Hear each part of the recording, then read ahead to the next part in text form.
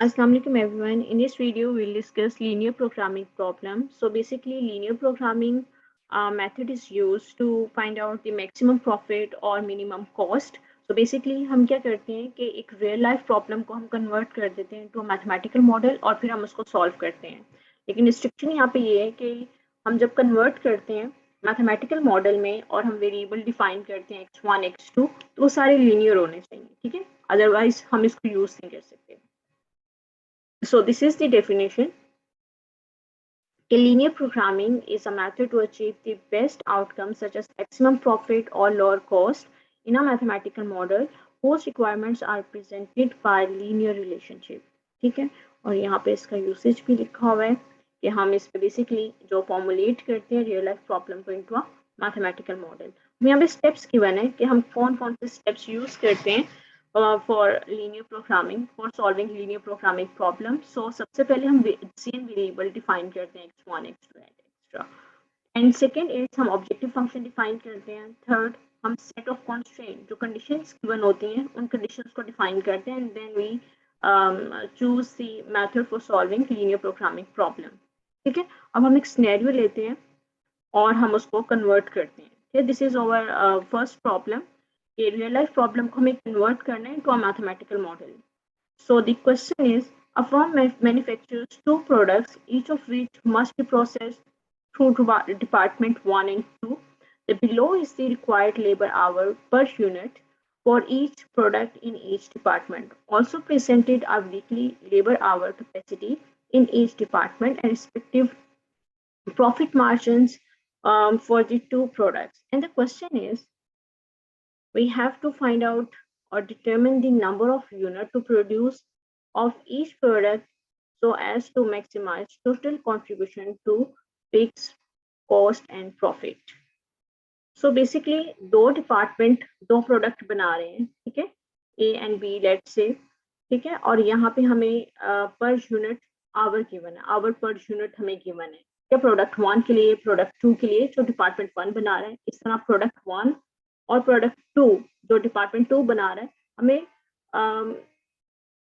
हमें our given है, ठीक है, आवर पर यूनिट गिवन है. इसी तरह हमें गिवन है कि वीकली कितनी कैपेसिटी है, लाइक ज्यादा से ज्यादा 120 आवर आप काम कर सकते हैं, उससे ज्यादा नहीं कर सकते. इसी तरह प्रोडक्ट 1 और प्रोडक्ट 2 इनको कंबाइन करके जो टोटल वीकली लेबर कैपेसिटी है वो 260 आवर्स से ज्यादा की नहीं हो सकती. उसके अलावा डिफाइन किया हुआ है कि पर यूनिट प्रोडक्ट 1 पे पर यूनिट हमें $5 का प्रॉफिट हो रहा है. इतना प्रोडक्ट 2 के लिए पर यूनिट हमें $6 का प्रॉफिट हो रहा है. और हमें ये कैलकुलेट करना है कि हम x1 हम ए प्रोडक्ट 1 और प्रोडक्ट 2 ए बी को कितना प्रोड्यूस करें कि उसके कोरस्पॉन्डिंगली जो प्रॉफिट है वो मैक्सिमम हो. This is over target. ठीक है, सो सबसे पहले हमें स्टेप 1 क्या था कि अगर हमें कन्वर्ट करना है, सो द स्टेप 1 इज कि हमें डिसीजन वेरिएबल को आइडेंटिफाई करना होगा. तो हम यही काम करेंगे कि सबसे पहले हम डिसीजन वेरिएबल को डिफाइन करते हैं. सो डिसीजन वेरिएबल क्या होंगे इस केस में, हमने x1 और x2 ये कंसीडर कर लिया कि x1 is basically the number of unit of product 1 and x2 is basically the number of unit of product 2. So this is our decision variables. ये हमने डिफाइन कर लिया. उसके बाद ऑब्जेक्टिव फंक्शन डिफाइन करना. Objective function is related to profit cost जो हमें given होता है, ठीक है, कॉस्ट मैक्सिमम प्रॉफिट कॉस्ट और हमें जो भी गिवन होगा वो हमारे पास ये गिवन होगा, ठीक है, प्रॉफिट मार्जिन हमें गिवन है. यहाँ से ही हम ऑब्जेक्टिव फंक्शन को डिफाइन करेंगे. ठीक है, यहाँ पे प्रॉफिट या लॉस जो भी गिवन होगा उसके कॉरस्पॉन्डिंगली हम ऑब्जेक्टिव फंक्शन को डिफाइन करते हैं. सो ऑब्जेक्टिव फंक्शन क्या होगा कि 5x1, क्योंकि x1 represent the number of unit of product 1 और ये पर यूनिट हमें जितना प्रॉफिट हो रहा है, ठीक है, तो प्रोडक्ट 1 के कॉरस्पॉन्डिंगली हर यूनिट पे 5 का प्रॉफिट हो रहा है. तो जितने यूनिट होंगे उसको हम 5 से मल्टीप्लाई करेंगे तो उसके कॉरस्पॉन्डिंगली प्रॉफिट आ जाएगा प्लस 6x2 के x पर यूनिट हमें 6 का प्रॉफिट हो रहा है प्रोडक्ट 2 के लिए. तो जितने यूनिट प्रोड्यूस होंगे 6 से मल्टीप्लाई करेंगे तो उसके कॉरस्पॉन्डिंगली प्रॉफिट आ जाएगा और हम दोनों को ऐड करेंगे तो टोटल प्रॉफिट आ जाएगा. ठीक है, और x1 और x2 हमने ऐसे कंसीडर करने हैं कि जिसके कॉरस्पॉन्डिंगली जो प्रॉफिट होगा, ठीक है, वो मैक्सिमम होना चाहिए. इस फंक्शन को हम ऑब्जेक्टिव फंक्शन कहते हैं और z से इसको इंडिकेट करते हैं। तो हमेशा इसी से ही हमने ऑब्जेक्टिव फंक्शन को डिफाइन करना होता है। And the third step is हमें कंडीशन को डिफाइन करना है, सब्जेक्ट टू कंडीशंस के जो जो हमें लिमिटेशंस गिवन है उनको हमने डिफाइन करना है।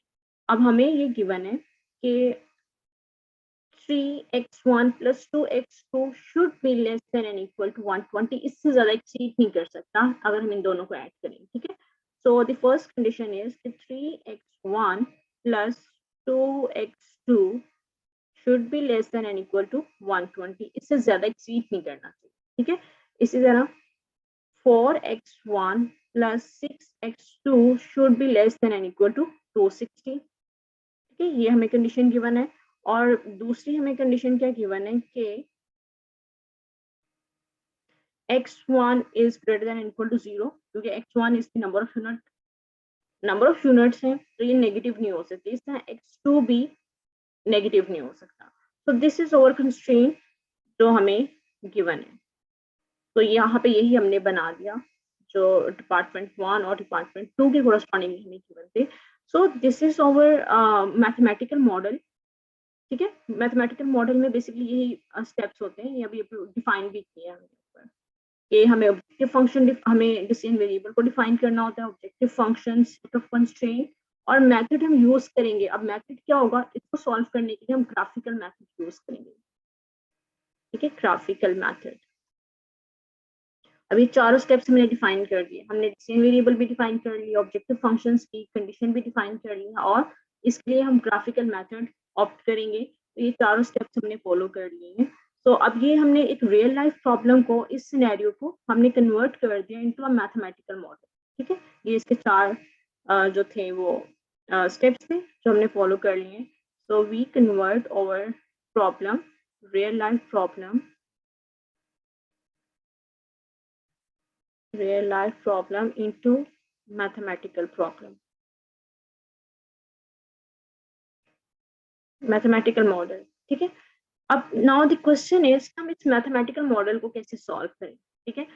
मेथड मैंने आपको बता दिया कि ग्राफिकल मेथड के थ्रू हम इसको सॉल्व करेंगे, ठीक है। So in our next video we will discuss how will solve this mathematical model by using graphical method, ठीक है। अभी इस वीडियो में आपको कोई भी प्रॉब्लम हो तो आप कमेंट करके पूछ सकते हैं। ओके, अल्लाह हाफिज।